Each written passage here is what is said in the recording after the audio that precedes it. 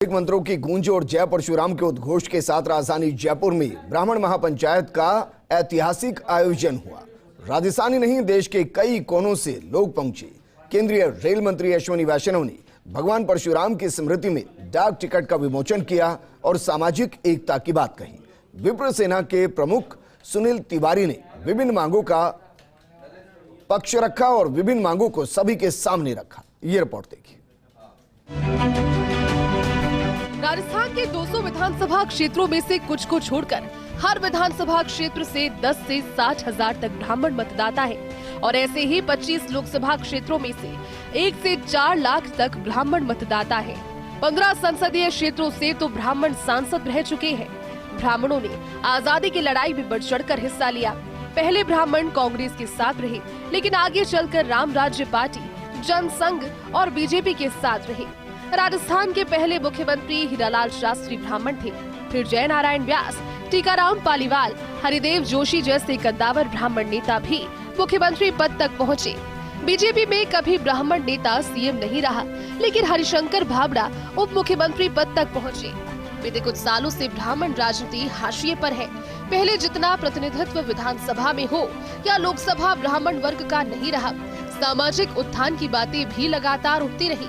भगवान परशुराम के नाम से विश्वविद्यालय बनाने की मांग जैसे तमाम कारण थे, जो जयपुर में आयोजित ब्राह्मण महापंचायत को विराट स्तर पर उठाने का कारण बने। केंद्रीय रेल मंत्री अश्विनी वैष्णव ने भगवान परशुराम की स्मृति में डाक टिकट लॉन्च किया तो सामाजिक एकता की बात भी कही। ये भी कहा कि मुझे सर मत बोलना, अश्विनी भाई बोलना।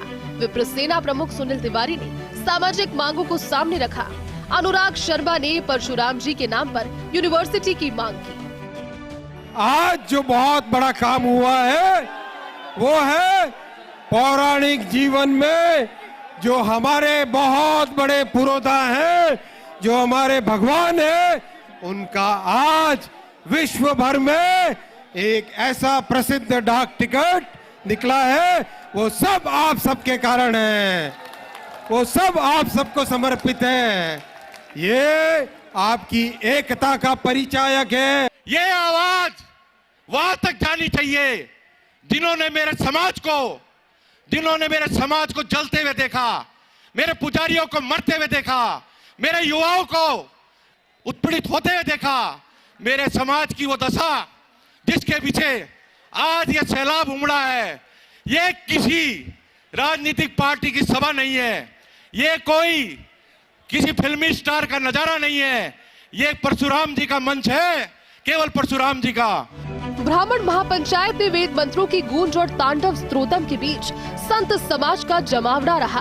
ख्यातनाम संत मौजूद रहे, जिन्होंने कार्यक्रम में अपना आशीर्वाद दिया। राजनीतिक दलों से तमाम प्रमुख ब्राह्मण नेता मौजूद रहे।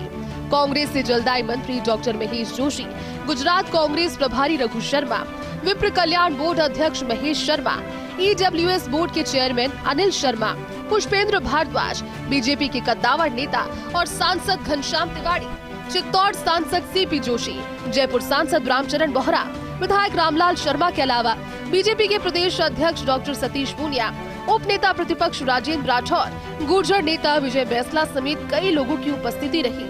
घनश्याम तिवारी ने कहा कि मंदिरों पर केवल हिंदुओं का अधिकार और रिलीजियस एक्ट बनाया जाए। पुष्पेंद्र भारद्वाज ने मंच से ब्राह्मण सीएम की मांग उठाई। हमारे जितने मंदिर हैं, हमारे जितने धर्म स्थान हैं, हमारे सारे मंदिर और सारे धर्म स्थान जो सनातन धर्म के हैं, उन मंदिरों को अधिकार करने का किसी भी सरकार को कोई अधिकार प्राप्त नहीं है। और जो हमारे मंदिर सरकारों के पास है, वो मंदिर हमारे समाज को वापस लौटाए जाए, ये मेरा कहना है। संसार को कोई चलाता है तो देवता चलाते हैं, और देवताओं को कोई चलाता है तो मंत्र चलाते हैं, और उन मंत्रों का उच्चारण कौन करता है तो ये ब्राह्मण समाज करता है। आज इसीलिए इस समाज का सम्मान ऐसे ही नहीं है। मैं विशाल समागम देख रहा हूं। ये जन समुद्र, ये विप्र जन समुद्र को देख रहा हूं। मैं उत्तर प्रदेश से आया हूं और मैंने वास्तव में इतना बड़ा विप्र जो जन समुद्र है, इससे पहले कभी हम लोगों ने नहीं देखा। आज राजस्थान के प्रमुख जयपुर के आसपास के क्षेत्रों का रास्ता जाम है। संतजन के श्री चरणों में बैठा हुआ विप्र समुदाय इस भारतवर्ष की सनातन संस्कृति के रक्षण का संकल्प लेने के लिए यहां पर खड़ा है। जिस प्रकार से विप्र बंधुओं का एक समागम हो रहा है, जिस प्रकार से एक महापंचायत हो रही है और विप्र समाज को जिस प्रकार से कम आंका जाता था, आज ब्रह्म शक्ति ने ये साबित इस विद्याधर नगर स्टेडियम में करने का काम किया है। मैं इन सभी समाज के यहाँ पर उपस्थित जो यहाँ पर लोग पधारे हैं, उनको बहुत बहुत धन्यवाद देना चाहूंगा।